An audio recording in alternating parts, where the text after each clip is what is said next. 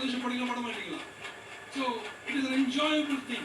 ஆனா இன்னொரு surprise, enjoy பண்ண முடியாது அல்லது நமக்கு சாதகம் இல்லாத சூழ்நிலை, சாதகம் இல்லாத சர்ப்ரைசஸ் நம்முடைய வாழ்க்கையில வருகின்றன.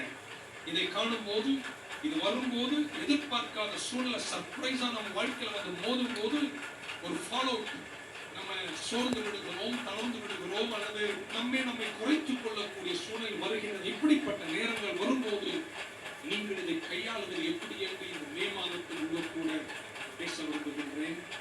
மீண்டும் சண்டே மார்னிங் உங்களை சந்திப்பேன். So how do we manage what I cannot control? ஒரு கொரோனான்னு ஒரு காலம் வந்திருக்கு. நம்ம யார் கண்ட்ரோல்லையும் அது இல்லை.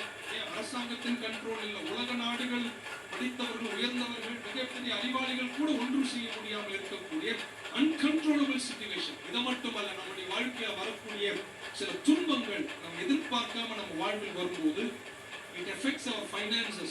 பொருளாதாரம் பாதிக்கப்படுகிறது, வியாபாரம் பாதிக்கப்படுகிறது, வேலை பாதிக்கப்படுகிறது. ஏன் சிலர் குடும்பத்தினுடைய உறவுகள் பாதிக்கப்படுகின்றன. it affects us. அது நமக்கு பிரச்சனைகளை கொண்டு வருகிறது. இவைகளை நம்ம எப்படி ஜெயிப்பது? ஆமென். வாழ்க்கையில் சில கொடிய காலங்கள் வரும்போது அந்த குறுகிய கொடிய காலம் நம்ம வாழ்க்கையின் சிறந்தவைகளை எடுத்துவிடக் கூடாது. ஆமென்.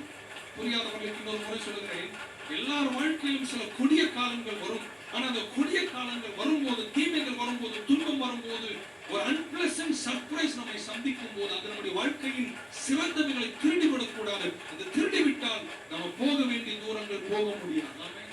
அதை சமாளிக்கிற ஞானம் கர்த்தர் நமக்கு தர வேண்டும். எலியா ஒரு மிகப்பெரிய தீர்க்கதரிசி, கர்த்தரால் வல்லமையாய் பயன்படுத்தப்பட்டவர், ஒரு ஸ்பிரிச்சுவல் ஜெயண்ட்.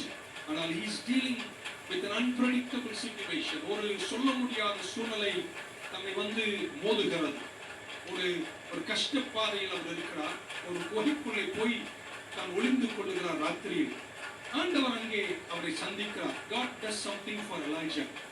எலியாவுக்காக கர்த்தர் ஏதோ ஒன்றை செய்கிறார். ஆண்டவர் ஒரு